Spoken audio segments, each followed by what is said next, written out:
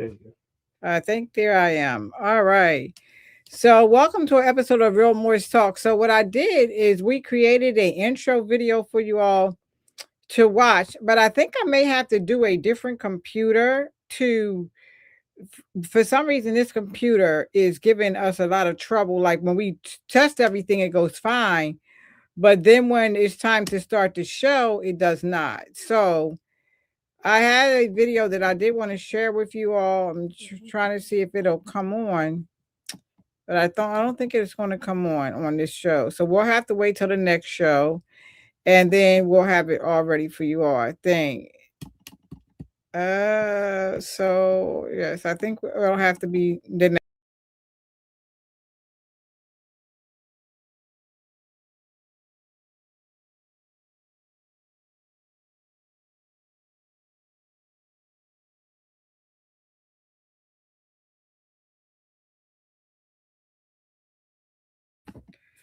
There I am. I'm messing around with it a little bit, and I do apologize. But everything we are testing it is working out fine, and then the day of the show, it's just not. So, anyway, welcome to show 5 of Real Morris Talk. This is in real time, and I'm just so fortunate and glad that it's in real time, so you all can see whatever challenges that I am facing right there in real time on Real Morris Talk. I am your hostess, Prime Minister, National Grand Shigista Red Bay, and we are streaming right here live from the headquarters. And so this is our fifth show, so I'm excited about that. And we had some topics that if you got the email, you saw that we were going to be talking about some things. And of course, we're going to be summing up things, but we're talking about things in real time. We're talking about things, the issues. And so this week we're doing more about nationality and birthrights, but the importance of the organization and what it means, because a lot of times when we give you information, everyone is not quite sure of what the information is all about. And so people are still trying to figure it out. And so we want to make sure that we leave no room for confusion on this broadcast. So that's the thing. So we're going to go ahead and I'm going to start out with the Moorish literature because where I'm going to be coming from today on the Real Moorish Talk program is from the Moorish literature. And some of you all saw the flyer, so you basically understand how this works and what we're going to be covering. And if you have any questions or comments, you can certainly put them in the chat. And then what we'll do from the chat is make sure that we are answering them. So today on our topic of Real Morse Talk, we're going to be talking about on Real Morse Talk today, we're going to be talking about identity discussion into civic understanding. Why the prophet taught civics? Because a lot of people, understand civics is about citizenship, but some people are fighting that they're not citizens, and that's just an untruth. So we're going to cover that today. We're going to talk about that. We're also going to talk about nationality is not emotion. I know that a lot of times I'm really passionate about this movement. So I know that a lot of times the conversation is emotional because I'm really passionate about what I'm doing. I'm passionate about this movement. I'm so passionate about the lies that have been told to us, generationally. And listen, a lot of our parents didn't know they were being lied to. So they taught us what they thought that we should know. So we can't really fault our parents at that time because though it was in the 1920s, that all this information came on board in the 1920s. The thing is that a lot of people still did not know about the information. They didn't hear about it. If they heard about it, they were not sure about it. Most of them were brought up into Christian households. And so, anything about Islam was taboo. If someone wasn't talking the yin yang of colored Negro, type mentality, then something was wrong with you. And so people were stereotyped for thinking outside the box. They were stereotyped for thinking differently. They were being stereotyped for waking up a consciousness because all you were supposed to is what the European told you, the slave master's mind, the colonial occupier's mind on what you should do. And that's the way it was. But as generations came on board, and we know times changed generationally, it was this new freedom movement. It was the new, power movement. It was, Asiatics talking more about, being self-identifying, making sure that we could wear our hair like natural, like we wanted to. We could wear our clothes and express ourselves. So daishikis became really big, and these are all times frames way after the prophet. So you have to look at how much time it took from the people to actually recognize the prophet, how much time it took for it to take place and be transparent about it, because it took a long time for people to wake up, even though when you look at the pictures, you see large amount of Moors following the prophet. But when the prophet, and this is the thing we can't go back to, when the prophet passed the scene, people did not know what to do. And people got lost, they hid, became assimilating into everything. They did not want to, talk about more science. They were afraid for their lives, afraid for their families. Families were pressuring Moors, especially I met a brother. He's not that much older than me. Just never forget this conversation really quickly. I like to take you all on journeys with me, these stories and things. I've been in this movement so long, I have lots of stories to share. But I remember him saying to me, his mother was very, very old fashioned, and his mother did not want him to practice more science. She didn't want him to talk about being Asiatic or anything like that. He was a colored boy. He loved his mother. And listen, we love our mothers. I want my sons to love me, most certainly. We love our mothers. He was most concerned about disappointing his mother, but he also wanted to identify with who he was. So I never forget him confiding in me one time. He was saying, "You have so much self pride in yourself, like you're Moorish. You don't care what no one says about it. You do everything you need to do. So what is it that makes it different for you, that you literally just go ahead and practice who you are?" He said, "Because my mother, doesn't want me to practice this." And I remember I shared with him, my mother tried to turn me into a Christian, which would never happen. And no disrespect to my mother. I have my mother with me today. My sister had some necklaces made. But the thing was that truth from falsehood, you can feel truth. And I knew that what my mother was practicing was false. And it was because I started studying at a very early age. But I can't tell my mother what to do. She's my mother. When she was with my father, she practiced. Had my father practice. When her and my father were no longer together, she decided to take a different route. And that was her choice. We have the freedom to choose. So I'm not judging my mother. So don't ever think that I'm judging my mother. But I was sharing this story with him, and I was letting him know that I'm not a follower of people's trends. I knew from a very early age that Jesus was false. And I don't care who want to try to argue that. That's not my point, because you can argue all you want to. His name was never Jesus. And I will stand on that. So the figure that they created for you to worship was a blonde haired, blue eyed man that they created. So in my mind, I knew that if anyone that was supposed to be here for me or save me could never look like that. That was the bottom line. And my mother, I would never forget one time me and my mother got into it. I was a young child, and she had that picture. I think all those households at the time had the picture of the European Jesus on the wall. They had Martin Luther King Jr. and John F. Kennedy. So you know what age I'm from. From any of you all that had those pictures on your wall, you know what area I'm from, right? So those were the pictures that were on your wall. And I never, my mother said one time she used to go to work and I was the eldest, so I would have to keep eldest girl. So I want to make sure if my brother's watching this, he don't get upset. He always says everyone thinks I'm the oldest, but he's the eldest and then I'm next. He's correct by 9 months or so. But the bottom line is I was the girl. So girls are the ones that are looked after, the household keepers.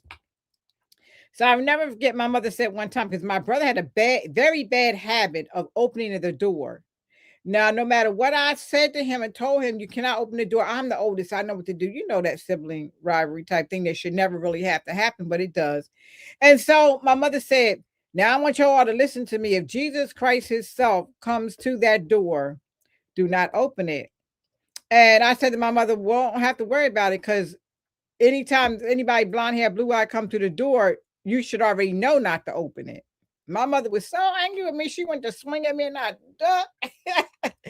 And she, because to her, I was disrespecting what she believed, but I was just being very honest with my mother about that. So what I said to him was, my mouth got me into trouble when I was younger. It did, because when they tried to sell me that, I didn't go for it. I wasn't going for the blonde hair, blue eyed. I just wasn't doing it. I wasn't going for any of that stuff. And so, therefore, it caused a lot of conflict for me when I was coming up. I did have a godmother who was a Jehovah Witness, who was very understanding of what I was going through. So I spent a lot of time with her.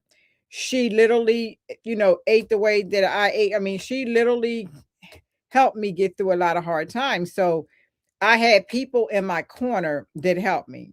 And then when I had all these questions I was asking, I was referred to my Uncle Ike. So I had support. Where he's a grown man, he didn't have support. As a child, I had some support. So I have to give honor to my family, because my father's family supported me when I had questions. And the one that supported me was my Uncle Ike and my Aunt Sietta. And my Aunt Sietta was like so soft and very understanding. It's a beautiful woman. And my Uncle Ike, just, whatever questions I had, he would take me upstairs and he said, do not call this a library. It's a room full of books. So, because he didn't like the term, the word lie. He said, there's no libraries is a books full of, somebody else's story, but this library is full of information. So, full of books of learning. So he called it the room of learning. So he used to set me down in that room, and paper and pencil. That's why I tell you, if you don't have your paper and your pencil, please get it out and get ready to take some notes. And so I had that kind of support. So the brother was concerned because he did not have that kind of support as a grown man. And I never asked him if he was an only child. I'm not quite sure, because he always talked about him and his mother. So I do not recall him ever speaking about any siblings. But anyway, so his mother was ill, and he said to me, when I come to the meetings, I have to keep my fez in the car, and I have to hide it. I can't have company over because, I can't say it's fine in the house, and just all these rules and regulations that he had in the house. His mother's house, you have to respect your mother's house. So I said to him, the thing that you have to talk to your mother about, and you may be afraid to, is you have to tell your mother the truth, because she does not know. She only knows what she was told. And so she feels she's teaching you, and she feels that what you're learning is taboo, or is devil worship, or whatever was taught in her mind, because I never got an opportunity to speak to his mother. So I did not know what her mindset was. But from talking to him, I could tell that he was very disturbed by it. So we had this conversation, and him and I, and so he said, you know what, when I leave the meeting tonight, we were, it was after the meeting we talked. He said, when I leave the meeting tonight, I'm going to go home and try to explain this to my mother. And I thought it was a good thought. I never forget that Sunday in Sunday school, he came to me and said his mother cried tears. She was so upset. She just wouldn't stop crying. I didn't know what to do. And she was like, please, whatever you do, as long as I'm living, please don't talk that stuff or wear that stuff in there, even though he explained it to her. So she was like dead hardcore against Islam, hardcore against not being a Negro or colored. She was really hardcore against it. And so for him, it was very disturbing. And I can understand. So I did say to him, well, what are you going to do about that? And he said, well, I'm just going to wait. I'm just not going to do it around my mother. And I said, okay, if that's what you and your mother came to settle, that's fine. And the following 2 weeks later, his mother passed. And he came to the temple and he was really heartbroken, which anyone would be heartbroken. I was heartbroken when my mother transitioned. Anyone would be heartbroken. And he said, I'm not crying because my mother passed. I'm crying because I feel a sense of freedom, because now I can wear my fez. I can practice the way I want to, I can breathe again. I can breathe. Before I felt like I could not breathe. And a lot of you all might be in that mindset where you have family members that you feel like you can't talk to them about this. And listen, even if we're not talking to our family members to get them to change over and try to convince them, because truth don't need no witness, just support. So you don't need to try to convince a family member or a friend. That is not what the prophet didn't teach us. That's not what, when we talk about the information. But we're in the age of information where you can talk about this, and literally you can look information up now about who we are, the Moors, and all that information. So he felt a sense of freedom now that he could wear his fez openly. He can talk, the more science. He could live the life he wanted to live, but he was afraid to disappoint his mother. And so I'm saying to all you out there, if you are in the same mindset and you are afraid that your mother is not going to accept you, that she's going to reject you. No one wants to be rejected by their mother. But what your obligation is to tell your mother the truth about her nationality and birthrights. You tell her in a respectful manner, like I did with my mother. My mother knew about more science. She literally, when she was with my father, she practiced somewhat. She said, I never really understood it all. She said, your father, I would wrap my head up and, go to meetings and stuff like that. But she said, I never really understood what it was all about. But, at the time, that's what he wanted.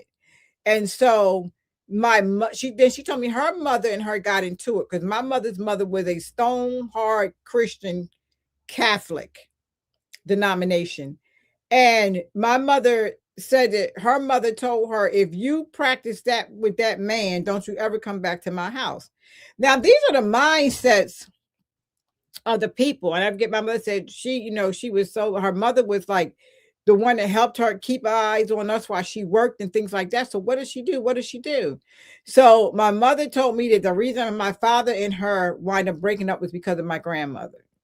Even though she loved my father, she couldn't bear living the thought of not having her mother in her life and my grandmother not being there to support her. So when you have a thought, when you want to live a certain life and everyone doesn't agree with that life, you can't force that on them.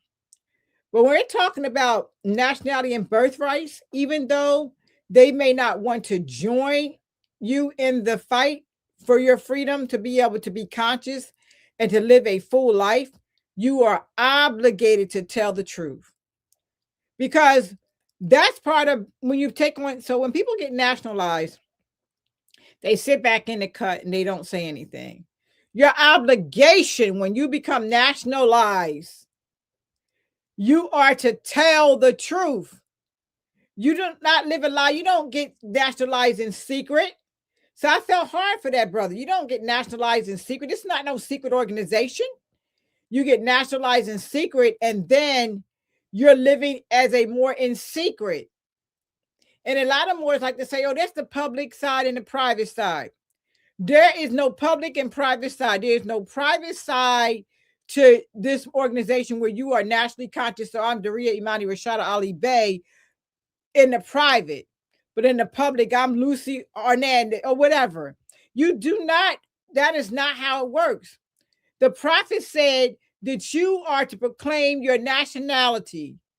And he said, do all of your new business and your new name, your new appellation. Do everything that once you take that shahada, once you say, I declare that I am a Muslim under the divine laws of the Holy Quran of Mecca, once you take that shahada, you are obligated to tell the truth. And it doesn't matter if people agree or disagree. That is not why we're telling it to them. We're informing them so they can make informed decisions for themselves. And listen, most of the time, people will come back after they thought about what you said. They will come back and ask questions. They will come back and ask questions after they thought about what you said. They will come back and they will ask questions. I apologize. I got a whole bunch of stuff over here in the way of the camera, so I'm gonna try to move some of this stuff around. But so that's what they do. So they'll people are funny when it comes to they look at this as only as a religious organization, and we're going to talk about the civic side of this movement today. But this is a national and divine movement, and that's what we're going to talk about today. Why the Moorish Science of America is a national and divine movement. We're going to talk about that in this topic today. But I just need people to kind of understand that we are not a secret organization. The whole purpose of this organization is to help with the great program of uplifting fallen humanity. So what does that mean? That means humanity, which I talked about in my first and probably second episodes. Humanity fell so far low that mother fell. And listen, when we fall, everything falls. Because mother is the giver of life and supporter and sustainer of life. So when mother falls, everything falls. And that's why mother had to be picked back up.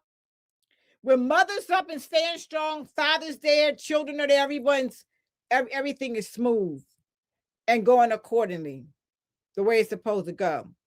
But when mother's knocked off balance, then everything's knocked off balance.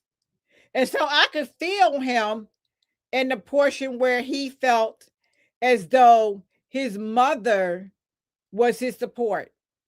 And if she didn't support this, even though he felt like it was home and it was truth, and she did not want to support it, he felt lost.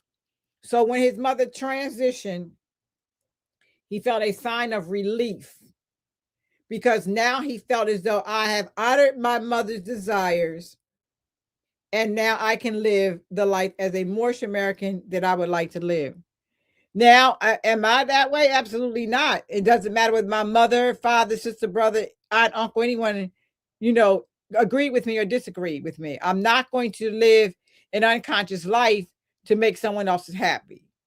But I do get it, because like I said, everyone seeks their mother's approval. Most of us that have mothers, even if we don't have the best of mothers, even if we've been through things with our mothers, we want our mother to accept us and approve of the things that we do.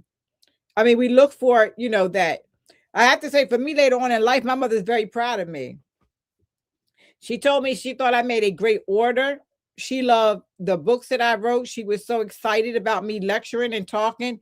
And she said, as a way, you followed in my footsteps, because my mother was, I believe they called the evangelist. So that's what my mother was considered, evangelist.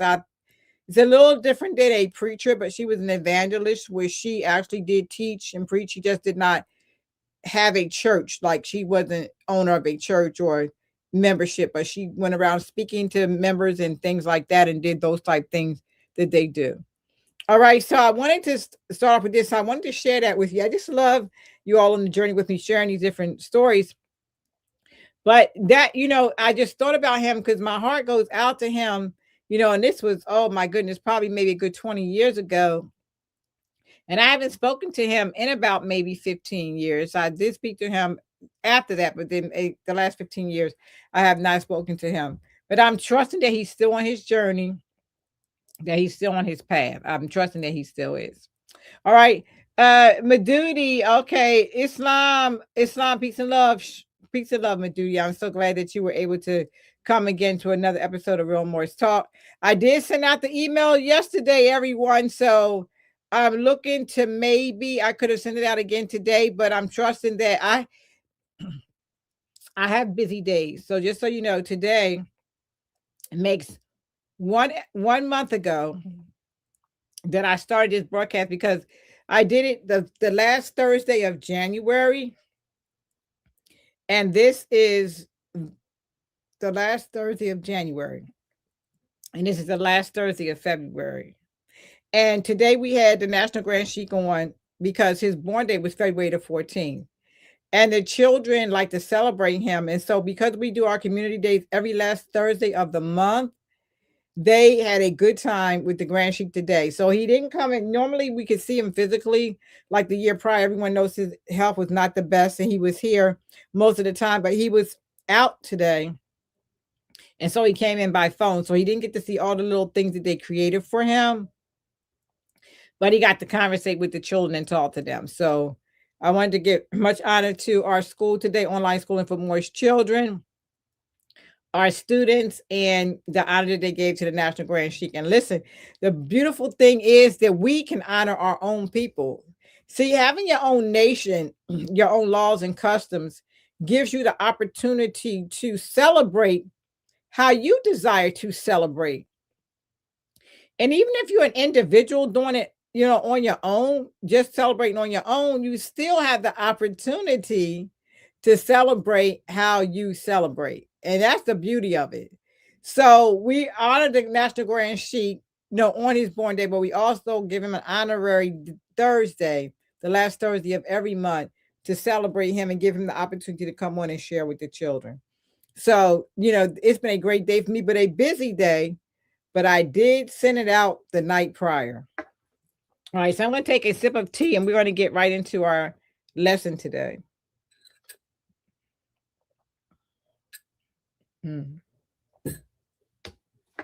Help my throat not stay dry because it's Ramadan. I do want to say Ramadan Mubarak.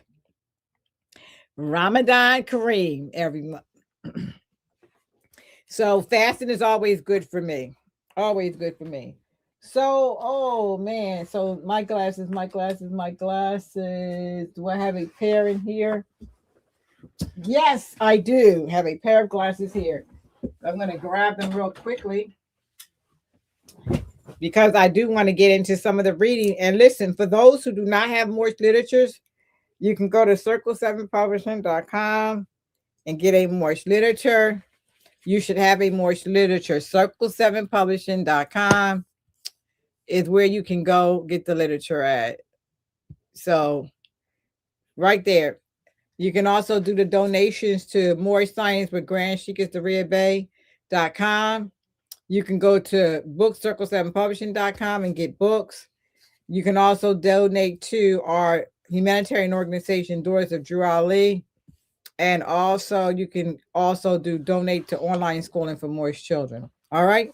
All right. So I wanted to go into the CIVICS organization. So our organization is a civic organization. If you hear a lot today in the news, they're talking about civics. They're talking about civics in our, that's all you're hearing. You're hearing about civics. That's what you're hearing about. You're hearing about civics. And so I wanted to make sure that we cover, because the prophet already started us with civics. So we're talking about civics and people want to understand, why is this a divine and national movement? So I did go over a portion of it, that the divine part of the movement is the religious side of organization. That's the divine part of the movement. All right, so that's where we come with the divine part of the movement. Okay, and then we have our national side, and that's talking about our civics. So I'm going to read from the Moorish Leaders' Historical Message to America. And I'm just going to read a small portion of this, of the Moorish Leaders' Historical Message to America. In connection with the aims, objects, rules, and regulations of the Moorish Science Temple of America, I deem it proper to submit to you a brief statement of our organization, covering its inception, rise, and progress of the Mohammedan religion,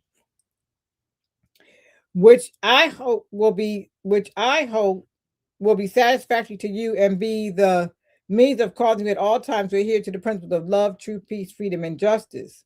I further most anxiously hope this brief statement will help you to more clearly see the duty and wisdom of at all times upholding those fundamental principles, which are desires for our civilization, for our posterity, such as obedience to law, respect and loyalty to government, tolerance, and unity. We organized as the Moorish Temple of Science in the year 1925 and we were legally incorporated as a civic organization under laws of the state of Illinois, November 9th, 1926. The name Moorish Temple of Science was changed to the Moorish Science Temple of America, May 1928, in accordance with the legal requirements of the Secretary of the State of Illinois. The object of our organization is to help in the great program of uplifting fallen humanity and teach those things necessary to make our members better citizens. A national organization with a Rotarian complexion as it is relates to branch temples became obvious with the increasing number of inquiries from men and women in different sections of the country concerning the purpose of the organization. Okay, and at that time, they were at 15 branch temples at that time. Since the work of the Moorish Science Temple of America was largely religious, the organization has been legally changed to a religious corporation, and an affidavit to this effect has been properly filed in the Cook County Recorder's Office of Illinois. Inspired by the lofty teachings of the Quran, we have it as the revealed word of God Allah. We shall foster the principles of his teachings among our members. This is our religious privilege as American citizens under the laws of one of the greatest documents in all time, the American Constitution. And I'm going to stop there because at the time, the prophet felt at the time that the Constitution, and we know the Constitution is being ripped apart right now. We know that we're familiar with it, right? It's being stripped apart at this time. I apologize. I keep trying to set I usually have my camera set right, so I do apologize. Just always trying to set things right. But we do know that for right now, we know that the Constitution is being ripped apart, right? It's not being followed. But the prophet was thinking about the Constitution because he was saying that, even though, and I truly believe that when the Constitution was written, we had nothing to do with the Constitution being written. And the reason why I hear a lot of more say there was so many Ajax in the Constitution written and all that. But if you read the Constitution, you see that we were not there. We were considered 3/5 of the man. We weren't even considered at all in the Constitution. And some words will say, oh, well, because we were conscious, so that doesn't apply to us. Yes, it does. All that applied to us. The Europeans did not see you as a national conscious individual. They saw all of us as chattel slavery. We were strangers in our own land, which made it very easy for them to take advantage of us, disassociate us from ourselves and our family members. And it was strategically done. Because when a mother had a child, that child was taken away from that mother. And that child was sold to another plantation or sent off to maybe one of the islands, Trinidad or whatever, because we know for a fact that people from Trinidad were brought here. We were brought here. Trinidadians were, Jamaicans were, and then people from those areas from here were taken over there. So it was called territorial confusion. They were trying to make sure that you couldn't associate with family members, friends. You didn't know yourself, no self-identity. And the people that have no self-identification, they can't relate to anything. So you may not be able to get the elders like that, but as they have offspring, as they have seeds, then you can train those seeds to do what you wanted to do. And that is what was happening to us back then, strangers in our own land. So imagine knowing that you're home, someone comes and captures you in your own home, and then you have children, your children are taken away from you to never be seen again. Your children are told that they were brought from somewhere else and they are raised that way. And that's what they are. And they're told their name is Michael Jones or, I don't know, Jason Smith, whatever the names that they give them. So this is the names they grow up with. So they have no identity or self-awareness of who they are.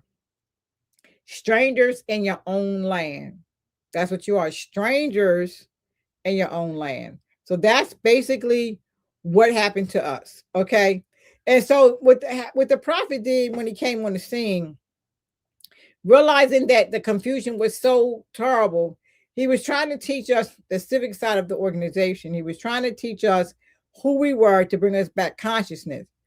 But the people were hungry for the religious side of the organization. They wanted religion because a lot of times by the time the prophet got here, they were brought up under these, old, what they call old Negro spirituals. They were brought up under the church and the singing and this blonde hair, blue eye image and all of these things. And so what the prophet did is he said, listen, people were coming for the civic side, but he felt, he's a prophet. He felt that they needed the religious side to function. They needed that to uplift their spirits. Because listen, I could talk to you all day long and bore you about nationality and birthrights, but if you're not interested, but if you're not feeling me rhythmatically, if you're not in tune with what I am saying, I'm losing you. But if I come in with the beat of the rhythm, because we're spiritual people, and I'm in there with the beat of the music and we clapping and we talking, and I'm able to get your attention, and it's rhythmic movement, they call that the spiritual side or the religious side of you, because it's got you moving. So the prophet realized that that was missing and that he needed to implement that into our organization, because he knew that we were Islamic by faith. But he knew now that he had to not only tell us it, he had to actually incorporate that into us as well. So we would have a sense of pride of religion, because everyone else had religion. So he needed to give us. And I always remember this. When I was younger, I never forget my grandmother said from the few times that I got to meet with my grandmother and hear her talk and things she would say. She said, the prophet said, when you take something away from a people, you must put something in place of it. Makes sense, right? So if you take away the Christianity, you got to replace it with something else, which is Islam. If you take away the holidays that they were programmed to, celebrate, then you got to replace it with something else. So that's what the prophet did for us. So he said he replaced the religion with our religion from creation, Islam. He took the holidays and he gave us holidays that we could recognize. So he said, if you want to have a holiday of gift exchanging, then use my born day, because we know who this prophet is. We have people that still living today that sat amongst this prophet, so we know who he is. So celebrating his holidays, he gave us that to celebrate. So my children don't even only know what Christmas is, that Christ Mass, from going to school, because they weren't raised with that in the household. So when we have our Moorish Thanksgiving, our day where we are thankful for, we're thankful every day, but again, we had to take something and put it in place of it. The religious side, the national side. So historically, we were told someone else's story. Now he had to tell us our story, the true story. So in order to do that, you have to create an organization or movement so that everyone has a head. So everyone should be following the same pattern in that head. That's organization. So he had 15 temples at that particular time once he got set up, and all 15 temples should have been running accordingly, so that if I go to a temple, I'm here in Maryland. If I go to a temple in Virginia, or if I go to a temple in Baltimore, or if I go to a temple in Florida, wherever I go to a temple, it should be running accordingly.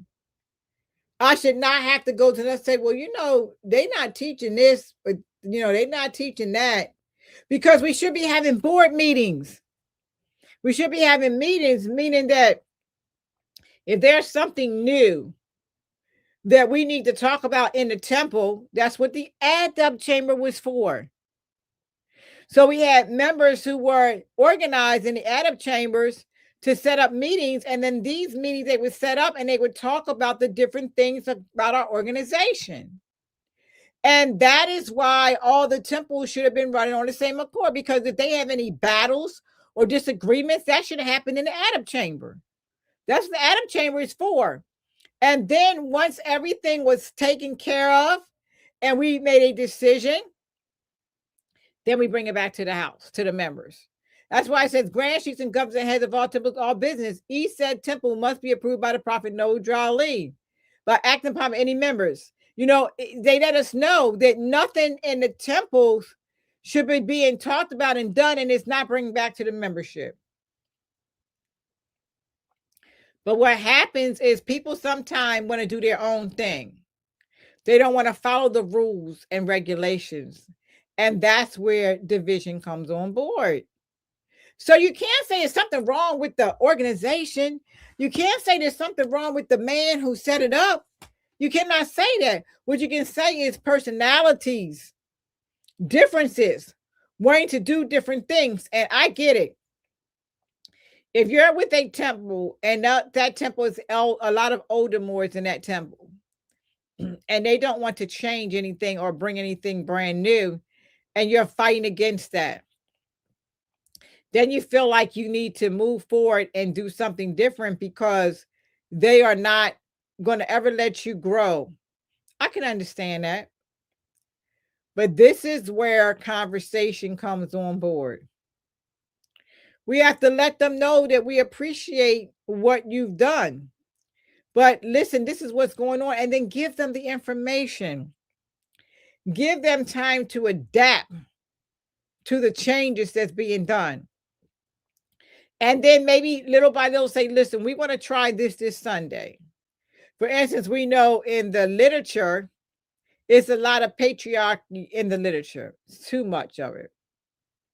So what I did was I updated the literature where I made, instead of saying he for law, which, or he, just he, which is incorrect, I corrected the literature and to fit this time.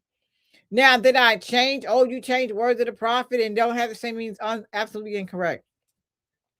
You can take the information and update it to a more modern term without losing translation of the information. Do you keep the older books for records? Absolutely. When I started teaching, I noticed a lot of errors in literature, and I fixed those errors. And then my cousin Makita and I found a lot of literature with errors from the original literature that we had, from the literature that was being published. Now, people say, oh, that was on purpose, whatever. I'm not into all that. People make errors. We're human. We make errors. And so therefore, I just corrected the things that I saw that was wrong. That's what you need to do. You correct the things that are wrong. But now, as far as the updated literature is concerned, I did update it. For instance, the ancient Moorish prayer and the Asiatic prayer, the 25th chapter, which the prophet told us to say every day before we leave our homes for our protection. I updated that literature, updated the language in that literature. We're in 2026. No one speaks like that anymore. So the literature is updated, and it's updated to include all feminine and masculine energy. So before, it was all talking about he, so I feel out of place. He. And then of course, the teacher and the sheik or whatever say, when we say he, we mean she. Well, then say he and she. Don't tell me what you mean, because that thought is not out there when you're saying it or reading it. Is coming off as just patriarchy. No feminine energy in there. So you have to look at the literature that we have, and you have to update the literature according to the time. You do not change the thought process of the literature. Updating it does not mean that. But you enhance the reading, and you make feminine and masculine feel included in the reading. That's what you do. Yes, it's a lot of pushback, a lot of fight I had with a couple of elders, but then when they read the literature, they realized the integrity of the literature was not changed. But that does not mean you need it to cause division. And that's my point. We don't want to cause division. And we know that a lot of times elders are stuck in their ways, but we have to get them to understand and see some of the things that we're saying. And listen, I'm an elder now. So generationally, now I have to sit back and listen to some of the things that some of the Moors have to say. Like my grandson, Emmanuel, Hannibal's son, He has a lot of thoughts that he wants to do and become a sheik.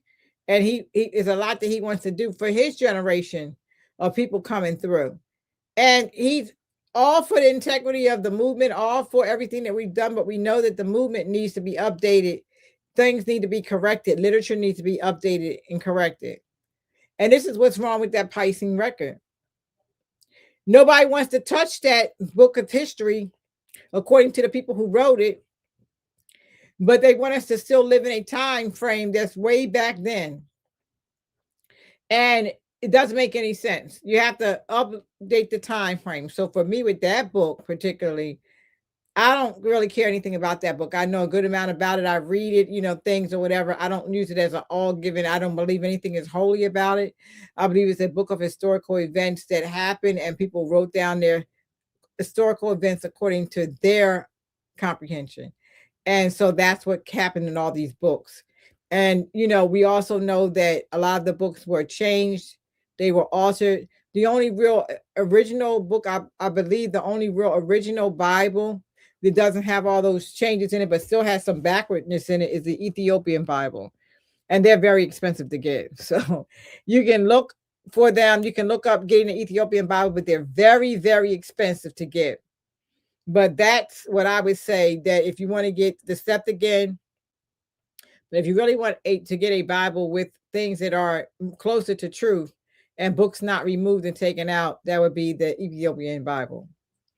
All right, so back on track. So anyway, so what I wanted to talk about today is changes. And see, what we have to realize is that when we do things that the prophet put in place, when we do those things, we're uplifting the work that he did.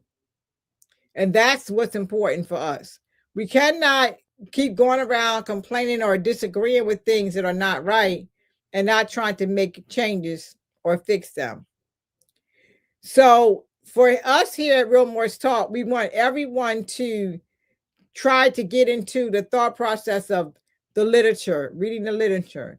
We would like everyone who comes on this call to make sure that you have all of the literature that the prophet did, whether you want the ancient literature that's not revised yet, or you want the more modernized the literature. You should have your Circle 7 Quran. Let's see, do I have mine here? Circle 7 Quran. I don't think I have it up here I have it. It's over there in where the books are. The Circle 7 Quran, the 101 questionnaire, the Moorish literature, and the divine constitution and bylaws. So you should have those 4 things in your home, and you should be able to teach your children about those things that are in your home. Because I was, listen, everybody knows I love Roland Martin. So I was laughing because Sheikh Bilal and I was talking about how they were talking about the Constitution. And they were saying that we need an Asiatic Constitution. So they were really using that term that I just will not come out of my mouth. But they were saying that we need our own Constitution. And I laughed. I told Sheikh Bilal, see how ingenious our prophet is. He created our own divine Constitution and bylaws for us. Not only did he do that, he added additional laws. You know how they add amendments to the Constitution of the United States? Well, they add amendments to them. As time goes on, they feel like some things need to be changed, so they do an amendment.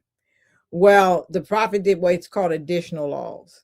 So you have your divine constitution and bylaws, and then you have the additional laws. And 2 of the laws were so important that the prophet repeated both those laws, because when he's talking about the nationality portion and all members must proclaim their nationality and become a part and parcel of all uplifting efforts of the Moorish Science Temple of America, members must pay their dues and keep in line with all necessities of the Moorish Science Temple of America. Then you are entitled to the name of faithful, right? Those are the laws that we have. But the reason people don't want to follow those laws is because they don't want to do what the law says. And let's be very clear, outlaws, people that are outlaws, laws is not what they want to follow. So they will create controversy and lies so they don't have to follow it. And then they want to be all disagreeing with the prophet. The prophet came here in the 1920s. We're in 2026. We're talking over 100 years ago. And his laws that he put down are still relevant today. But the prophet told us that it looks like we can go the rest of the way for ourselves. So he wasn't trying to make it where you stuck in one time zone, that you don't move forward in time. He told us in this electrified age, men and women are running through this race with no conception of where they are going or what their end might be. They don't have any idea what they're doing. And at that time, he called it this electrified age.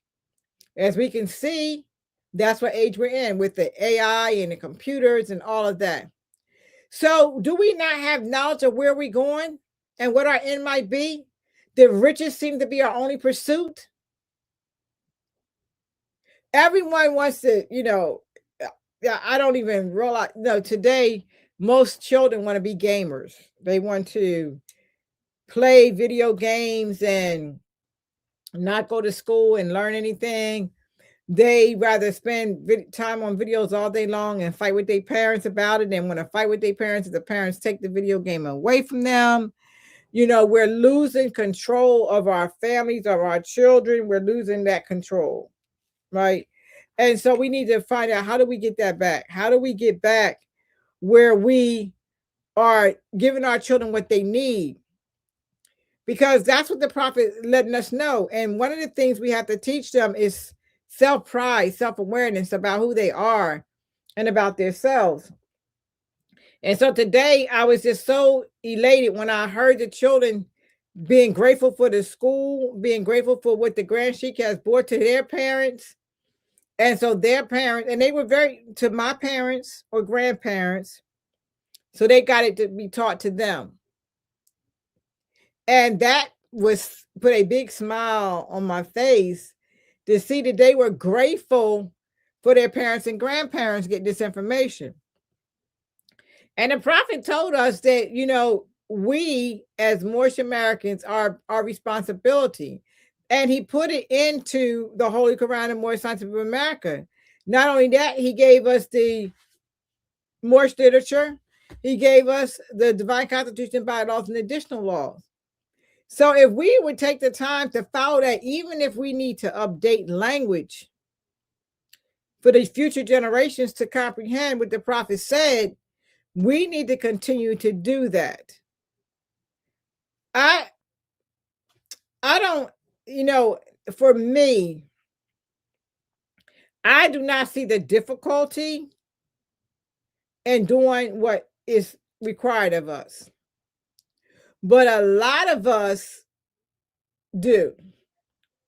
And a lot of us are from an era where we do not want to listen to elders. We want to be disrespectful to them, argue and fight with them, instead of sitting down having a conversation with the elder. And that's what I challenge you to do. So for all you all who want to call today, what I'd like for you to do, and come back next week and you can put in the chat and let me know how it went, is find an elder in your family, someone that's elder in your family, and sit down and try to have a conversation with them. Have a sit down and talk about nationality and birthright, about the rights to religious freedom, the Human Declaration rights. Sit down and talk to them about the things that they may not even know, and see what type of conversation that you have. And I would challenge you to take notes and see if we can get all these generations combined together to be under one vine and one fig tree. Because listen, we're in trouble right now. And I know some of us do not believe it because you on this cloud in the sky. I'm a Moor, so that Negro stuff don't mean nothing to me. It don't relate to me. And that's just a total untruth. Because they're not looking at you as a national. They're not looking at you as having a divine origin. That's why they're trying to keep it from you. So you have to step in and say, listen, I want to preserve my birthrights, my origin, my nationality, and I'm tired of them calling my people these things that allude to slavery terms or enslavement terms, and I want to make a change. So write a book. or write a column, or maybe just a paper on your contribution to nationality and birthright, to your contribution to uplifting fallen humanity, to your contribution and your thought on how things can be made better. Because I'm getting elder, and elders, we do get tired. Now I have lots of energy, and so I have so much work that I want to do this up in here that I'm striving to manifest it here to share it with you all. But there's so much work for us to do. And we need to start doing it, because why is it in 2026 we're still struggling with economics? We're still struggling with economic security. We still all have to send our children to schools that are not done under us, because some of us need a babysitter. And so you don't want to send them here because you have to spend time with your children. You have to be able to be aware of what they're doing. They have to be of age to get on the computer themselves. So you take them to the public babysitter, and that's where they spend most of their time at. So when you take them there during the rising, they feed them breakfast, then they give them lunch, then you bring them home, feed them dinner, and put them to bed. So you're not really getting to spend the quality time with the children to teach them. So you have to do something called time management. This is something that we teach in our school. And recently, Shamsuddin was with another student who had a real bad gaming issue, that he started going over time management with him. And so time management helps everyone. If we manage ourselves into the time, right? Because time is going to go on whether we're here or not. But if we manage ourselves into time and manage out our day and say, listen, maybe on Saturday, or maybe Sunday for Sunday school, let's find a temple with a Sunday school, or start your own Sunday school at home where the children are getting the information, because most of the time the children are not getting the information. No one's giving it to them. So they don't get the information from anyone, and they hear it from somewhere else. And then they're upset or angry because no one bothered to tell them about the information. So it's really, really important that we give this information to our children. All right, I want to talk next about nationality is it's lawful, belonging. It belongs to history. So as we know about the documents that we have talked about here, and most Moors already know about the Declaration of Human Rights, the rights of the child, the International Declaration of Religious Rights. You know about these declarations of rights to be human. We really don't need rights to be human, but because our human rights were violated, you have to put this on paper to remind people how we should be treated. That's lawful. All right, so it's the law. So when you are not being treated according to your nationality and birthrights and you proclaim it, then you have the law on your side. You say, well, Prime Minister, how is that? It's in the declaration. Now, do you know how to enforce it? Maybe not. And so that's where lessons come on board, right? The grand sheiks or whoever nationalized you, they should be teaching you how to fight for your basic human rights, your rights to a nationality, your rights to a religion, your rights to being human. They should be teaching you how to do the battle for your rights. If you're not being taught that, you have to start questioning the individuals that you're following. What is it if you don't? Because if they do not know how to teach you that, they should be reaching out to someone else who can assist with the teaching. Because it's no sense in being awakened in the brain, knowing that you're a Moor, knowing that your origin is Asiatic, you're human by race and Moorish by nationality, and you do not know how to utilize it. It's the law. And no one can make you something that you're not. So no one has the right to take away your nationality and birthright. And because they did do it, the prophet tells us how to reestablish it. The way he did was through nationality paperwork. That's lawful. So your nationality card is lawful. It says this is your nationality and identification card and birthrights. Three purposes for the Moorish Science of America. It's your birthrights, your nationality, your identity, but it has to be correct. Now, a lot of these documents out here, there's just identification cards or ID cards with no national headdress on your head, some slave term for your name, and that's not a nationality card. Nationality cards have to follow a certain protocol. We're talking about law, national and international law. It has to be designed a certain way to be recognized. And then we, as Moors, should be putting it on record so that other people can see our nationality card. But what happens? We have all these different cards. So now they're called fraudulent or frivolous paperwork because people are making up cards just to get fiat from people. They're not making it up because they really invested in nationality card, because they would be sending them here if they were to get a true nationality card. So a lot of you ask me questions about nationality cards, and they're not authentic nationality cards. They're not. And so you'll say, well, Prime Minister, I got a nationality card and it got stamped in by National Grand Sheikh Taj Tariq Bey. And so that makes it all legitimate to the nationality card. Incorrect. Our good-hearted brother, National Grand Sheikh Taj Tariq Bey, was trying to give people the opportunity to nationalize the members of their groups.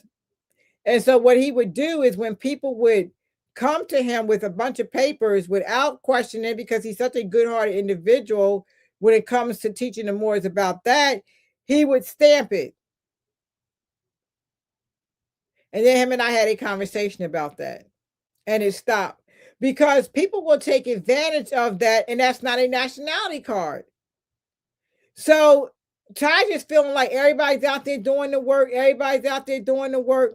but everybody wasn't out there doing the work. They were out there for their own selfish selves, not out there doing the actual work. And so now you got I don't even know how many different cards are out there, but they're not following the lawful guidelines of a nationality and identification card. Nationality cards have laws and rules and regulations that they must be followed.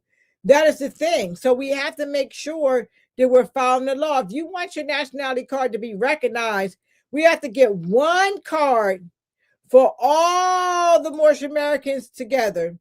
And we have to put that on record, on file, and say, this is our nationality card. This is what, when Moors show up to here, this is what we want on record. That's what we have to do. But we have so many factions, and no one wants to be under a woman, so I'm told. So people don't like being under a woman. They want to do their own thing. They want to be the big eye. Everybody see me, see me, see me. They do not want to follow under anyone else. And so now there we go. So now we got all these factions. But let me ask you a question. What is that helping? Because we're stronger together than separated. All these different groups. And so I may have said this on my first call, and maybe the second. I have to say broadcast, because people say, oh, it's not a call, it's a podcast or podcast. So what I have to say is this. I would like for all leaders, the ones that feel like they're leaders, I can't say whether you're a leader or not, all leaders that feel like that they have work to do for the Moorish nation. I want to call a meeting to get together and have this meeting where we all get together.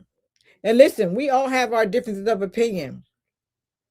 I have my opinion, you have your opinion, someone else has their opinion. That's life. But we have to do is voice out our opinions and come collectively together to build one strong union. And that's what we need to do. Under one vine and one fig tree. Now, this is the national headquarters here. And I'm not fighting with anybody that is not. It is. I established it. It's the national headquarters right here where I sit. And I would like for all members to join under the national headquarters so that we can have collective strong, because every nation of people, every has a head. There's no one. We got right now a bunch of little tails running around out there with no head because they don't want to pay dues. They don't want to be under one leadership. They want to do what they want to do. They want to think like they want to think, say what they want to say. They don't want to follow any rules. Well, we cannot make you. But what we're asking for is, because we're at a time of crisis, that we need to come together and form together and put all of our ideals and things together to move forward for a better future. Together, not separated. So I put that call out there again. And that's what I'm looking for us to do. Now, before, when I did the notice and I posted the notice, we were, people were coming together and strong, and we were doing that. And that was back away in 2013. We're in 2026 now. And we need to update the notice. We need to put the information in. We can't be afraid. We're afraid of what these people, we assimilate because we're of fear. And we cannot continuously be fearful because we have the law on our side. And I know right now it doesn't look hopeful because the man that's in office right now is breaking every law he can break. But regardless of what he does or breaks or whatever, we still have to do what's best for us and our part. And that's for the uplifting of fallen humanity. So it's not emotional. I'm very passionate about the movement. I will never deny it. I remember one time Sheikh Daoud used to love hearing me talking. He was sharing, I guess, something I was talking about with a brother. And he told me that a brother said, why she got to screaming to the top of her lungs and talk like that? And Daoud told her, that's how she talks. That's how she expresses. So, everybody may not like the sound of my voice. And listen, I remember being a young sister, and I remember that my grandmother used to say, the prophet used to tell people, thank you for sitting under the sound of my voice. Right? Thank you for sitting under the sound of my voice, listening to his voice, because you do not have to. So thank you for sitting and listening to the sound of my voice, because yes, there's going to be times that I'm going to take the elevator to the top of the floor because I'm passionate about this movement. I don't think I'm ever going to be below the elevator floor, like, down low. But listen, if I do get there, I need you all to pick me back up and put me back where I belong. Because if I fall to the point where I'm so low that I can't hear myself and you cannot hear me, seek out making sure I get some assistance. Because I don't think I'm ever going to be there, Morris. My voice is always going to elevate because the truth is the truth. All right. And I see someone says, I'm here to be the glue. I'm not sure who that is. It's under Ghost. Let me see. I think it's under G Host 123 Truth or Ghost. And I just want to recognize that I see some of you all in the chat. So let me just give some shout outs. I see Sheikh Madudi, my very dear friend. I love you, Mo. I love you so much. The Moore 74, not sure, but thank you for tuning in tonight. Ghost 123 Truth or Host, I think it says Ghost. This time with the mother, and thank you, Shukran. Miss Jazzy 1960 Islam. Talk, make it plain, Islam. Halem, I think, is that Sheikh Halem Akanil? Islam, peace to all. Islam, Sheikh, Islam. Sheikh Bilal, Amin Bey, Islam Prime Minister, Natural Grand Sheikh Taria Bey. The spirit of truth is in you. Shukran. And so for the few people who posted into the chat. And so for me, that's where I am with this movement. And so every day I think about, what can I come on Thursday? Because I have all this information. I have a whole book note of information I want to share with you. What can I come in to share with you and keep you intrigued about the movement, interested in things we could do without boring you? So that is my main job, is to make sure I make it interesting for you, make it where you want to listen to my voice, where I'm saying things that make you think, for thought, food for thought. What is it that I'm saying that you can relate to? Because listen, we all don't agree on everything. We can agree to disagree, but I'm going to share with you, and I'm not going to say my truth because I really dislike that term. I probably spoke about that in my first broadcast. It's not your truth. It's not his truth. It's not her truth. It's not my truth. There's only one truth. But I have the right to an opinion. You have the right to an opinion. We all have the right to an opinion. But remember, the opinion is no proof of the truth. It's just an opinion. We're all entitled to those. So if you have an opinion that you would like to share, whatever, I do not turn down anyone's opinion of anything, because I am still growing too. At my age, I'm still growing. I'm still learning information, still growing. There's a lot of information that I did a lot of research on. I was so surprised at the answers that I got, because I'm constantly inquisitive about what's going on, about us as people, about the Moors, the things that we do, as more as what we've done in the past to help better our future. I'm always interested in those things. All right. And so truth has no versions. That's right. You're absolutely correct. And that's Miss Jazzy, 1960. There's no versions of the truth. That's exactly right. All right, the next thing I want to talk about is I want to go throughout history. Religion, law, and nationality were and still are deeply connected. So you say, how is religion and law deeply connected? Well, I'll tell you, like, again, I was watching the Roland Martin show because, they had the State of the Union speech. And some of you all might like this idiot. I do not like this man, if I could even call him a man. But the State of the Union that they did, I didn't watch their State of the Union. I watched the one that Roland Martin did with a cast of individuals that was so much great information on there. But what the most important thing was, one of the things that they said about religion and politics, religion and nationality, religion, all that goes together. The reason is, even though you have a nationality, which is lawful, does not mean you don't have a religious denomination if you desire to. Now, you do not have to, let me just say, in this era time, if you do not want the religious side of the movement, that is absolutely your choice. I am not here to try to sell you on the religious side of the movement. But if you want to also feel your spiritual side of the movement, know that it's lawful. That is why the International Religious Freedom Act had to be created. So people have the right to worship the way they desire to. For people who have no denomination or religious denomination, absolutely, it does. See, none of that matters to me. My only problem with the Christian religion is the fake Jesus. That's my biggest issue. Because his name was never Jesus.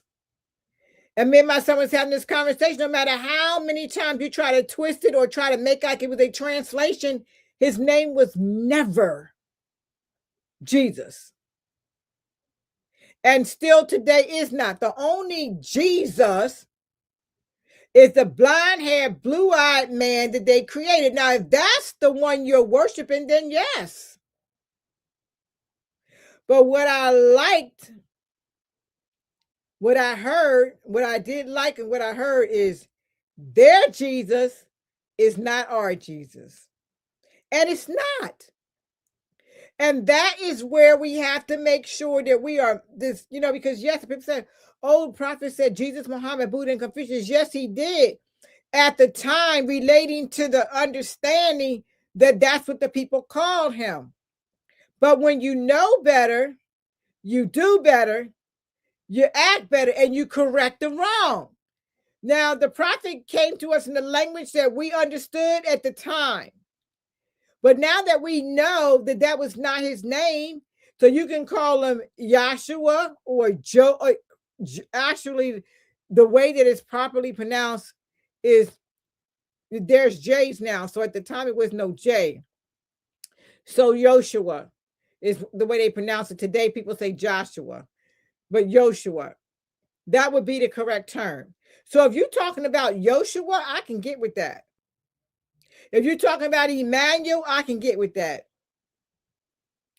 But I cannot get with a made up name because you felt as though that was a close translation and you decided to create him, and now we supposed to all worship that. Not happening at all. And in today's society, you can look it up. If you don't believe what I am saying, you can look it up. His name was never Jesus. And I don't care what kind of translation you try to put it in, it is not and it will never be. And so the only Jesus is the blonde-haired, blue-eyed man they created for you to put on your walls. The ones I told you about, I had my mother when we were younger had on her wall. On her wall was the John F. Kennedy, Martin Luther King, and in the middle, that smack blonde-haired, blue-eyed, crazy criminal in that household. And some of you ought to grew up with me on Good Times. You saw that in that household. She didn't even have Martin Luther King or JFK up. She had that crazy picture up. But a lot of the households under my era had that up there. And I just could never get with that. There is no way you got a man that don't look nothing like you is here to save you. And if history don't show you right now, you got people that don't look like you that's trying to hurt you right now. If you have a savior or a God, they must look like you. Believe that. And yes, you say everybody, this kinfolk is not skinfolk. Okay, skinfolk, let me put it right. Everyone who's skinfolk is not kinfolk. And yes, that's true. Because you have a lot of sellouts. But you know those people, they're sellouts. So they're not trying to help you. But someone who's coming to try to assist you and look like you, they're trying to help you. And if you're not sure, you have to examine with care who is speaking and what they're doing. But certainly is not someone with a recessive gene. That pale, blonde hair, blue eyed, dark hair, whatever, they're today. They are not here in your best interest, and they're not here to serve you. Proof be told, I was watching an old documentary, and I love El Malik El Shabazz, and I don't agree, of course, like I said, with everything he said, because I know better. Sometimes now we know better, but he did what he had with the information back then when he talked about all of us going to Africa, which we never came from somewhere else territorially. Some of us came from there maybe, but most of us was right here in our own land. But the things that he would be saying as far as us having our own nation of people, our own economics and those type things, I agree 100% with that. And if you had to have a God, a creator, someone who has to come for you, they would have to look like you. You know, no blonde hair, blue eyed, or all of them is not blonde hair. Now they got dark hair, red hair, brown hair, whatever color hair they got. I could care less. They're not here to save you. The NAACP and all those organizations that were created by so-called Jews, and someone asked me about the Nigerian council, whatever, was never under that. It was opened by a so-called Jew, and I actually have pulled up the name of the man that opened up the NAACP, that he even was in charge of it and taking over it. Now listen to El Malik when they were asking him about his opinion on it, and he was saying his problem was, if you want to give us an organization, a group, if you want to tribute the fiat for it, you're going to give it to us because you're saying you're giving it to us to help us, then let us run it. Let us own it. If you're truly trying to help us, but trying to take charge of it and run it, and then try to tell us what to do, as Asiatic, as copper-complected, melanated individuals, you're not trying to help us, you're trying to help yourself. And that's what those organizations are set up to do. They're not designed for our betterment. They're designed for someone else.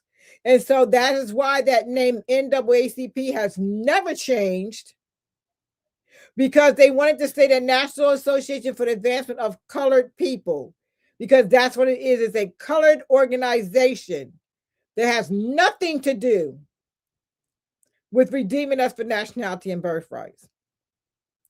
Now, over the years, have they done some work to try to help others out? Sure, yes, they have. But we still do not own it. Okay? It still belongs to them. Why don't we have our own organization that we open up? Because when we had things like the so-called Black Panther movement, what did they do to destroy it? The Black Panthers were on the right path as far as trying to build economic security and basement. As a matter of fact, they started the lunch programs in many of the cities around the world. That's where the lunch programs came from, the Feed the Children program. But they kept themselves in the thought of being Black. They weren't thinking of a national concept, but they was thinking of a unity concept. But what happened? The weakness, allowing the Europeans in, allowing the ones to assimilate in, using drugs and alcohol and, women to make sure that the organization failed. And I have this to say. I really wish the sisters back there were stronger in mindset than they were. Because listen, if someone sent me a letter talking about my husband is, and I know I'm in an organization and I know what we're up against, and someone sends me a letter talking about my husband sleeping here, there, and everywhere and doing all of this stuff, I'm not going to break my household up over what somebody says. Now, knowing that your husband is out there fighting on the field trying to build, and I'm not saying whether he was or was not, my bottom line is this. Are you not strong enough to know that what we're fighting for is bigger than that? And if that's what he's doing, the weakness will show. But I don't have the time to get weak and worry about him doing that when we have so much work to do. Because remember, mother is the strength.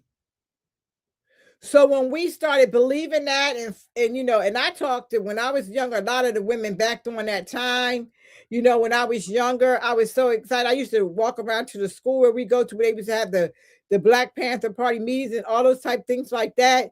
And I always was in somewhere where they were doing something. I wanted to know what was going on. That's just who I am. And I learned a lot from them back then and what they did. And a lot of things that they talked about, the drugs, the alcohol, the mistrust, the assimilation, the people who turn back, because every Asiatic organization has a traitor. Every single one has a traitor, right? And so we know that. So we have to look out for the traitor. Every single one has a traitor. Someone is in there who, for some reason, doesn't want to be themselves, do not want to be free, want to stay up under some master, and don't want to be free. And so therefore, they will turn you in for a few crumbs. They will turn you in to get the master's approval, because that's what they like calling us, a master. I've never been a master for me, but that is why, as mother, we have to stay strong, and we have to make sure that we're building and building and building. And listen, when Mother Penny, Mother Penny, being a young sister, I remember having this disagreement with this sister in the temple. And for the life of me, I couldn't figure out why she didn't like me. I just had the hardest time trying to figure that thing out. No matter what I did or what I said, she just didn't like me. Years later, come to find out, it wasn't later years, but come to find out, Brother Elisha, who was one of my mentors, sat me down and talked to me. And he said, the sister husband is interested in you. He always talks about you, and so she's insecure. Now, to me, as a sister, S-I-S-T-A-R, because we're sisters, why wouldn't you come and talk to me about that situation? Because I don't know that your husband is interested in me. I don't have a conversation with your husband. I'm not sitting down in your husband's face. I'm not trying to capture his attention. As a sister, come talk to me about it. Instead, she never did. It wound up being a bunch of confusion where one day in the kitchen, or we had our temple had a kitchen, and in that kitchen, it stays with me just the whole, because I like the dress, my outfit. Brother Elisha O'Neill ate a lot of fish. He did fish fries all the time. She pushed me into this old refrigerator, and the whole can of grease fell down on me, all over my clothes and everything. I lost it and went sliding after her. I had to kick my shoes off, have on nylon, sliding after the sister. Automatically, they raced her and traced her out of the door and protecting her. Now, I'm feeling out of place. because I come to this same temple with these same members, and I feel like I'm out of place. I feel like no one's with me. Everyone's with her. Maybe because she's been there longer. Maybe they like her better, whatever. Maybe they believed her. I don't know what happened. But because of lack of communication, this confusion took on board. Now, me, I'm not going to let no one keep me from doing what I need to do. So Brother Elisha said, Sister, I'm going to take you home. And I was like, why are you going to take me home? My car is right outside. He was like, no, I just need to take you home and your children home. And so he wanted to just talk to me. And he said, I'm going to, get another brother to bring your car. And we're going to do that. But I want to take you home. And he had a long conversation with me. And he was telling me of everything that was going on. And so I was like, but I'm not. He said, I don't want you to come back to the temple for 2 weeks while we try to straighten this out.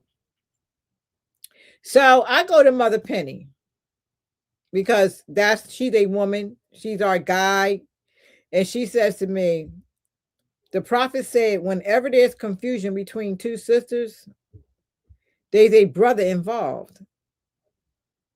And I was like, but I'm confused. I'm young because I don't really know her husband. And she was like, but when he sits down and conversates with you and talks to you, you probably paying it no attention. And I was like, well, who is the husband that we're talking about? And then she mentions who he is. And I'm like, oh, never a thought, because that's not my thought, because my thought is uplifting for humanity. My thought is coming to my meetings. My thought is listening to the words of the prophet. So I'm saying, sisters, for us, if we have a problem for some reason with another sister, we need to talk it out with them. Even if you have to get someone as a mediator in between it, please don't wind up in a terrible chaos, confusion with fish grease or anything else or harm to come to you, when all you had to do was open up the vessel, your mouth, and talk. Utilize it to communicate. So if you know that sister is very uncomfortable with her husband talking to you, then you can say to her husband, you know what, I apologize, Mo, but I'm not going to be able to do that right now. If you want to talk to me, you have to bring your wife over or your significant other, whatever we want to call our people that we're in relationships with. You need to bring them with you, because I do not want the confusion. But when there's a lack of communication, and that's with anything, a lack of communication, then there's always confusion on board. And that's what I feel like happened with the Black Panther Party. With the women, a lack of communication. They didn't talk to each other. They didn't make sure that they spoke to one another. They didn't speak to their husbands or consorts. They didn't speak to them. And so therefore, now we had all this confusion on board.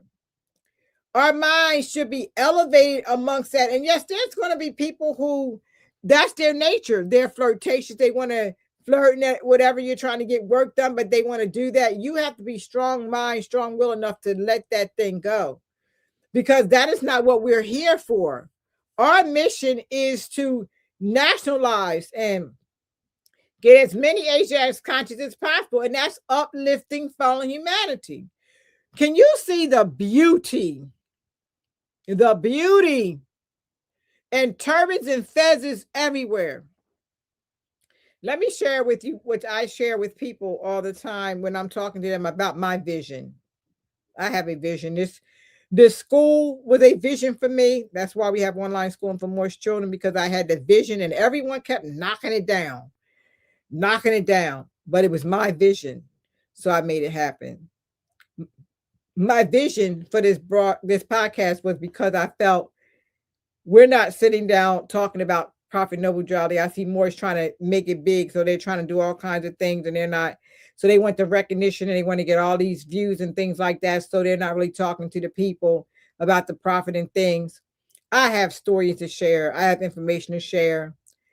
I'm going to record. I'm going to talk to you live. Everything you see, from the dropping of a pen to me fixing my turban to me standing up to me grabbing my glasses, all live.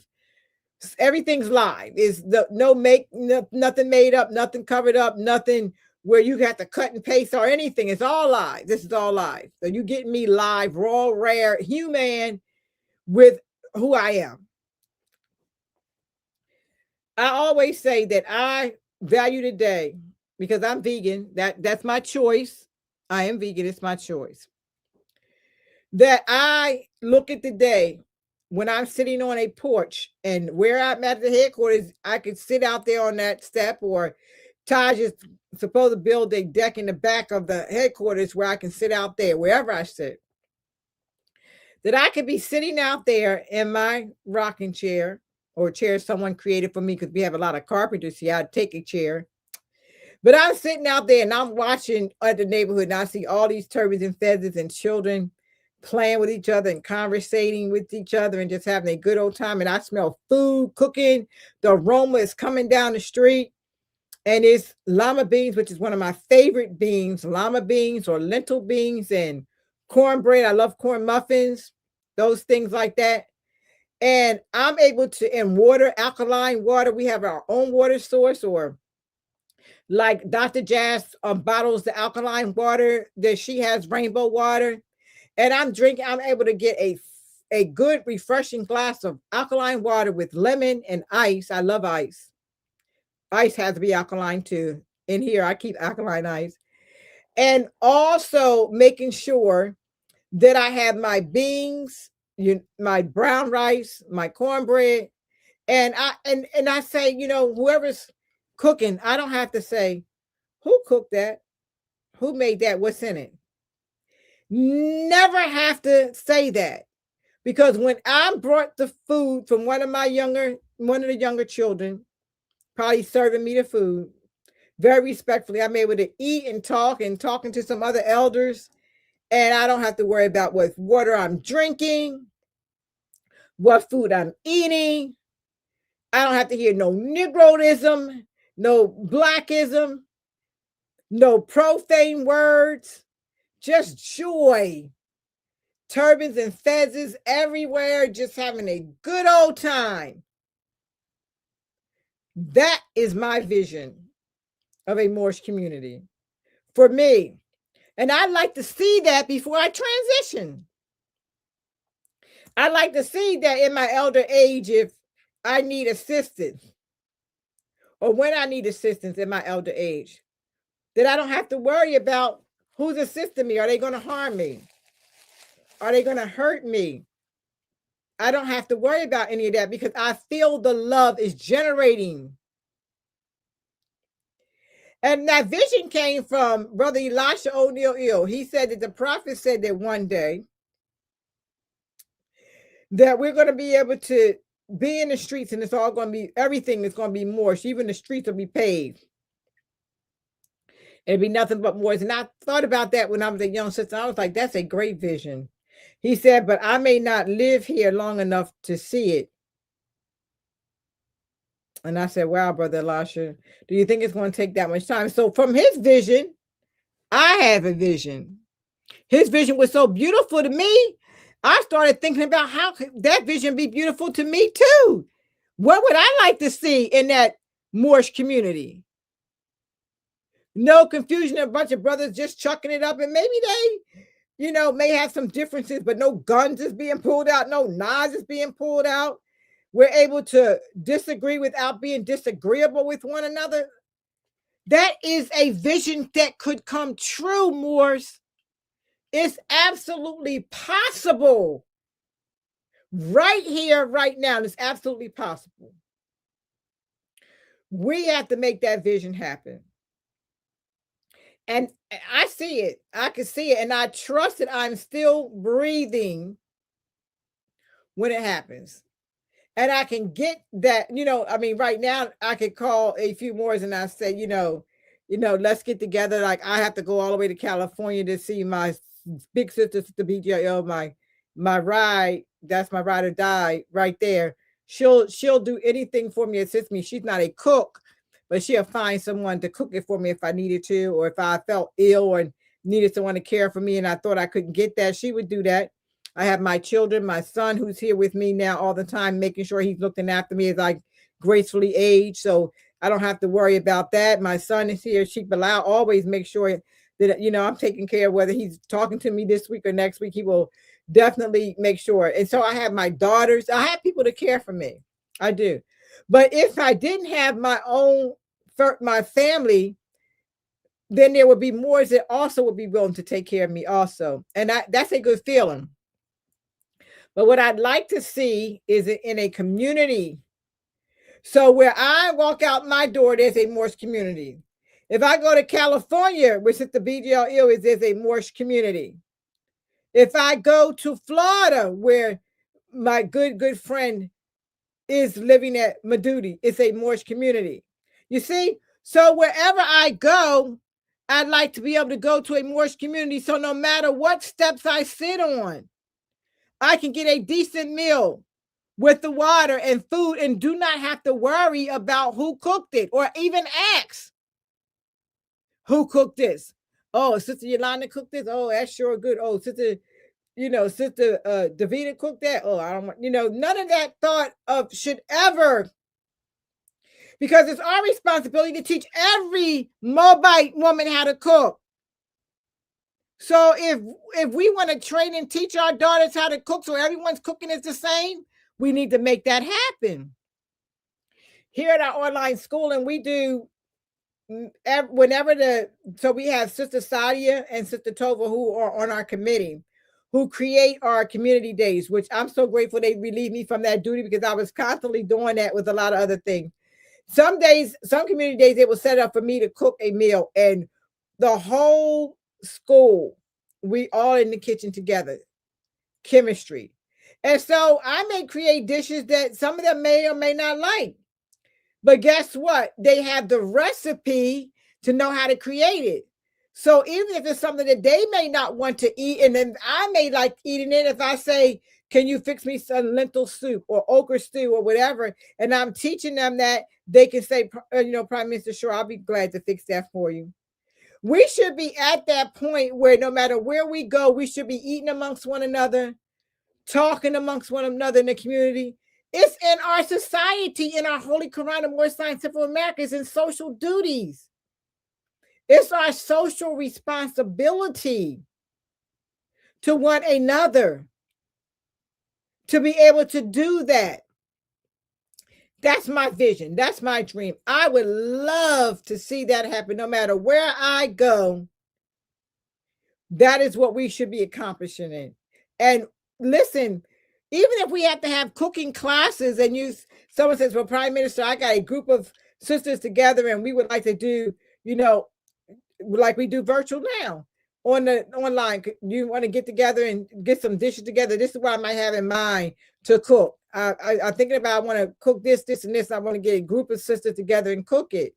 Can we do that? Can we get online together in the kitchen? And my son called it Cooking with the Prime Minister. That's what he calls the show, Cooking with the Prime Minister. But that I would love to do that. If that be the case, or it doesn't have to be me, some other sister who cooks and wants to teach how to cook can do it, or we can exchange off. So we do not have to be in the same territory right now to get this done, is my point. We're in an electrified age where we can do these things and communicate with one another with no problem at all. We have to want to do it, though. So that's the thing. We have to want to do these type things. And listen, instead of watching a bunch of this reality TV show with the Real Wives of Hollywood, Atlanta, whatever, these crazy women disrespecting one another and calling each other out their name, we should be spending our time doing that. Connection with one another, even though we're in different territories. It has a way now that we can connect with one another. And that's what we should be doing right now with one another. Islam. Let me take a look here. Let me see. The next portion is civic identity today. We must understand how societies historically organize themselves. All right. And so that's some of what I was talking about, because my thought is the same. I have a couple of things I do want to read from you, because I appreciate you all communicating in the chat. And it says, we are on the same page. That vision will come true, Prime Minister. And that's Miss Jazzy 1916. Shukran, shukran, shukran. And yes, I would love to see that come true. So as I'm speaking, and I just went over some of the things I wanted to talk about, that is how older communities. So let's talk about this for a moment. So I like I said, in my career, I've met a lot of different women, Asiatics from different countries and things like that. And when I lived in Connecticut with my father, you have a lot of people from the other side of Africa, which they claim to be since the division, from the Ivory Coast.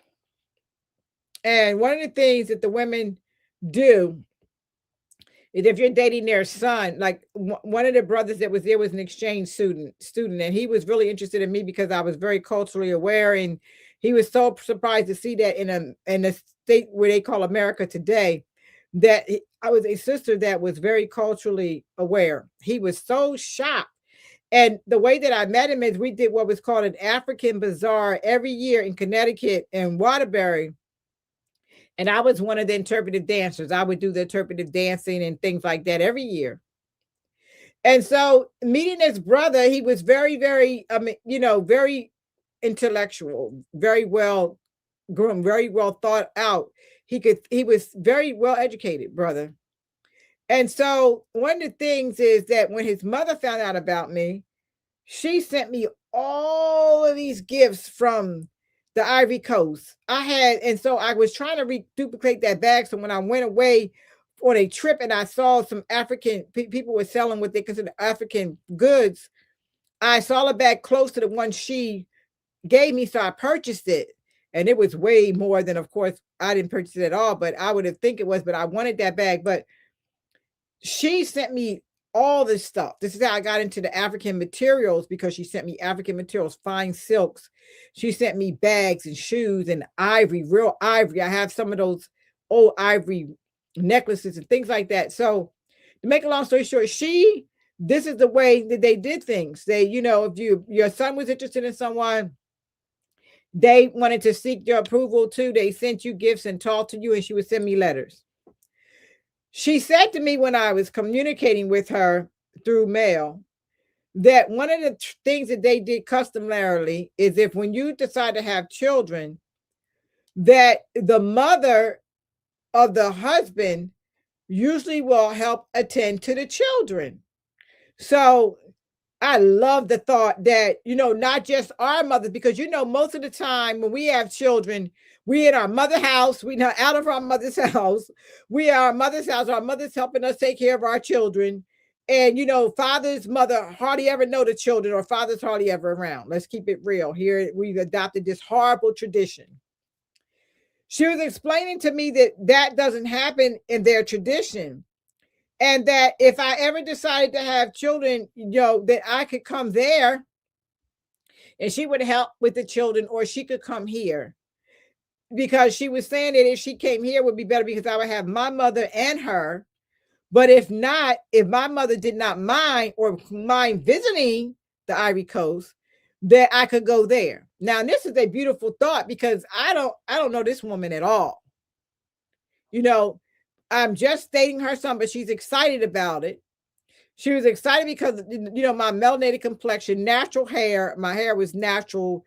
Then, I would wear my head wrapped sometimes. Sometimes I didn't. Young back then, it wasn't always wrapped. Sometimes, most of the time it was, but a lot of times it wasn't. I had a great big bush, and things like that. So I definitely fell in love with a woman I didn't even know. You know what I mean? Like, literally fell in love with this woman that I didn't even know, because of how she treated me without even knowing me, and telling me the customs to help me guide if I ever decide to have children. So the thing that we have to start doing in our societies is helping each other out with the raising of our children. And when they say that it takes a village to raise a child, that is not just something that someone just says. It takes a village, really it does, to raise a child. And when I was coming up, and where we lived at, I lived on Roydon Street in Camden, New Jersey, when I was a child. So then you all out there looking and say, oh, I know her. She, what happened for us is that when you got in trouble at school, the school could call the neighbor, and Miss Erling was our next door neighbor. The school can call the neighbor. The neighbor, Miss Erling was sweet. She didn't want to, spank you or anything. She was one of those talkers. She didn't really want to discipline. But they would call the neighbor, and the neighbor would straighten you out. Or if you got a spanking by the neighbor, if it was really bad, then you would get a spanking by the neighbor. And not only that, then when your mother or father got home, you got a spanking too. So we had law and order. We had law and we had order in our households because listen, by the time you got in trouble at school and you got home from the neighbor, and then say maybe a second neighbor, one that didn't mind giving spankings, and then you got spanking from your mother and father. So who's spanking? Well, you were like, which spanking would I like to get? You would know what to do right and what to do wrong. You didn't just do these things like children do today, disrespectful in the parents' face, all that stuff, and this new age parenting. I want to talk to my children. And that's why you saw all on Facebook and on Twitter where people say the difference in generations, because this is a generation that want to talk to their children and don't want to discipline them. And these children are disrespectful. And I've seen it in these households, including the ones that are moorish households. I see the disrespect. We have to come together to raise our children with the values and integrity of our customs and culture. But I find it difficult for us to do that when we do not know our customs and cultures ourselves. So for me, every people create their own laws and customs.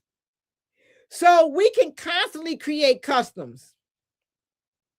One of the ones that I desire to do for us, in the Moorish Latin community or the Spaniard community, you call it, where they do when a girl turns 15, I think, when they come into womanhood and they give this great big party and things. We have that in our customs too. At the age of 16, we have that where we can also do the same things to our daughters upcoming and our sons. What have we done? We have taken it away because we don't want to do these traditional things. And so if our daughters may not have children so young, if we were following our customs, if we were talking to our daughters and educating our daughters and stop being aware of the conversation that we would have. And for our sons would not be fathered so early on and be so irresponsible if we would take the time to do these things. But this is law and customs. All of that goes with nationality and birthrights. Every nation have their own laws and customs. They have their own religion. They only have their own discipline and ways of raising their children. We have to get back to the mindset of taking back our households and raising our households and stop letting colonialism dictate to us about how we raise our households. In my household with my oldest daughter, I never forget, I used to only, because of the time, I would request for her to wear her turban only on Fridays when she went to school. She was in school, in the public school. And I would take her to school, make sure everything was all right and everything like that. And I would do it only on Friday because Friday, when I would pick her up, we were getting ourselves ready. We would get something to eat and go to the temple. So she would already be prepared, ready. And I loved that whole thought of it. And I was so smiling, so proud of a mother. One day I went to go pick my daughter up from school, and her turban was all rearranged on her head. Her clothes was all jacked up on her. Her face was all red and she was crying. And I was like, what happened to you? What took place? And she was like, they was messing with me and teasing me about my turban and all of this stuff. So knowing who I am, I had to get the story straight that my daughter is not to be touched by any means. And whatever she wears, she'll be coming here every Friday with this turban on her head, and she better look the same way as I bought her. Nobody better not touch her head or her clothes or anything. I made the announcement to the school. I went up there to the school, to the classroom, to the instructors, to everybody. If this is what we have to do. But now when our children are in the public school system, we allow them to go to school with their breasts all out. They dress all up to the crack of their behind. And they Muslims, and we call it New Age Muslims or New Age Muslims or the New Era time or progressive Muslims or progressive Muslims. And there's no progression about it. What it has done is taken away the cultural identity from what we do. We don't go to school looking like that if you have to go to the public school. And so what we've established here, and with the assistance of our two head instructors, which is Sadia, who is our assistant principal, Sadia, and our secretary, Tova, we got together and made sure that we put in place a dress code for our students so we can all identify and look the same every day culturally, to get some pride in the clothes that we wear, to get some pride in the way we look, to get some pride in the things that we do for ourselves, for one another. This is moorish science. The science of bringing back what was lost, because we know we lost it. The prophet told us that. But what he let us know is that no one can take away your decent nature unless their powers extend beyond the great universal creator, Allah, Jah, whatever name you decide to call her, Jehovah, whatever name you decide to call the entity that we know is a feminine energy. Jah is feminine, Allah feminine, Jehovah, AH feminine. Those are the energy that we desire. We need to take it back. No one can change your decent nature. No one can take away who you are by descent, even though they have tried to do so. You don't have to be a Negro or a Black, which is the same thing. If you call yourself Black, you call yourself a nigger. I don't care who don't like it, here you are. It's the same word in a different language. You call yourself colored, then that means you have no self-identity, because what color are you and where do you belong to the human family? What Crayola box did you come out of? Because I heard recently someone on television say that, oh, we got all colors in the Crayola box. No, we do not. There's gray crayons in the Crayola box, and you don't see any gray crayons in the Crayola box. There's pink crayons in the Crayola box, and you don't see anyone pink in the Crayola box. We're not denoted by colors, but by decent nature. That's why you're Asiatic by origin and Moorish American by nationality, because nationality came much later on. We were not known by labels at all in ancient time. We were asked, what tribe are you from? I'm from the tribe of Shem. I'm from the tribe of Foot. I'm from the tribe of Ham. We were known by tribes, never by skin complexion. Never. Nationality came on board later to distinct creating nations and civilizations and building them. And I created a timeline for you all so we can go through those for those who are actually paying attention to the podcast every week and listening to the things that I have to say. So what I'm telling you is that it's very, very important for us to get back to where we were. The prophet said, go back to your ancient mothers and fathers. Divine and national creed. That's what we need to do. Stop trying to assist. When we go back, does not mean you go back so far that you lose yourself, or go back so far that you cannot correct the languages, because some of the language needs to be updated and corrected for future generations. It does not take away the authenticity of what we are and what we do. It doesn't take that away. It simply makes it more comprehensible for today without taking the integrity of the information away. That is what we need to do today. And not only one individual should be doing it.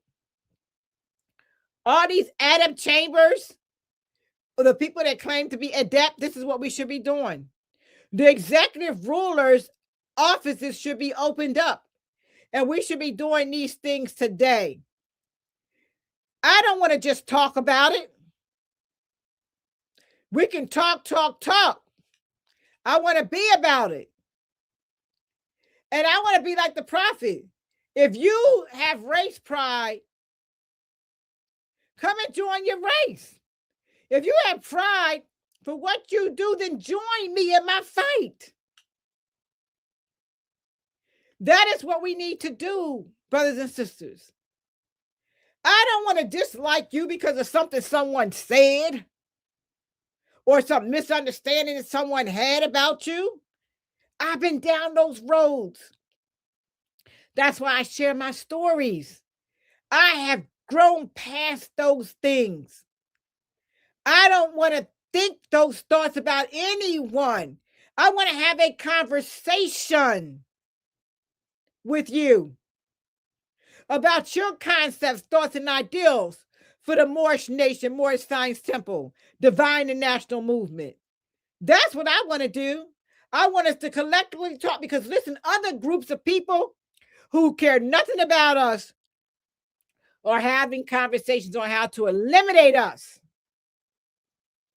how to put us back where they felt that America was so-called great. America has never been great other than when we had these territories. When we got permission from the pharaohs of Egypt to inhabit this land. And yes, we had to get permission from the pharaohs of Egypt to inhabit this land. We did do that. And when Musa had that fight with Joshua, when they were disagreeing, there was somewhere that we needed to go. We needed to go, the disagreement, and it's in your literature. We needed to go somewhere. And we already knew about this territory. So we came here and we asked the so-called pharaohs, and it wasn't Egypt at that time. Just so you know, the landmass was not Egypt. The pharaohs, we asked permission to inhabit in this land. Long before others started migrating here, we needed to do that.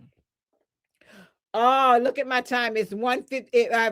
I have what 1 minute and 58 seconds. So no, I'm out. Oh, no, I actually probably just have 2 minutes left. All right. I've been enjoying myself more. I do apologize. We're running short of time, but I just want to say that I'm so grateful that you all are here. Let me read a few of the comments. It says, I remember those days and I am grateful for them. And then that was Jazz 1960. And then Reggie B2 says, we got to comfortable in this society and act like we do not know each other. Absolutely. I agree with you, brother. I absolutely agree with you. All right. I want to thank you all so much for coming and joining me today on Real Morse Talk. It's been a pleasure.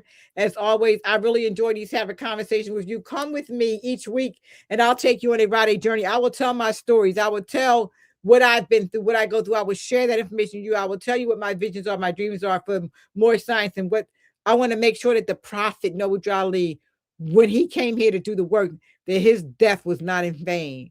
That there's some of us who still want to carry out the work, and I am one of them. And so instead of just sitting on a couch here or there, traveling to talk to Moors about it, I'm coming to you live. I'm coming to you to have a conversation with you in your living rooms or kitchens or bedrooms or wherever you are.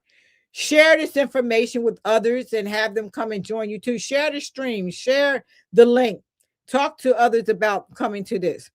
And I also want to make sure that I do put up, making sure that if you want to donate to our school, it's donate online schooling, MC online schooling for more children, MC. If you want to donate to our humanitarian organization, is Daughters of Drew Ali. And also, if you want to purchase books on our website, you can donate to More Science with Grand Sheik at theriabay.com. That's More Science with GSK at theriabay.com. Purchase books from Circle7Publishing.com and our humanitarian organization at Daughters of Drew Ali. All right, until next time, Moors, take care of yourselves and each other. All right, Moors. Much love. Much love. My first time listening, I will be back. Islam, Islam. Peace and love, Moors. Peace and love.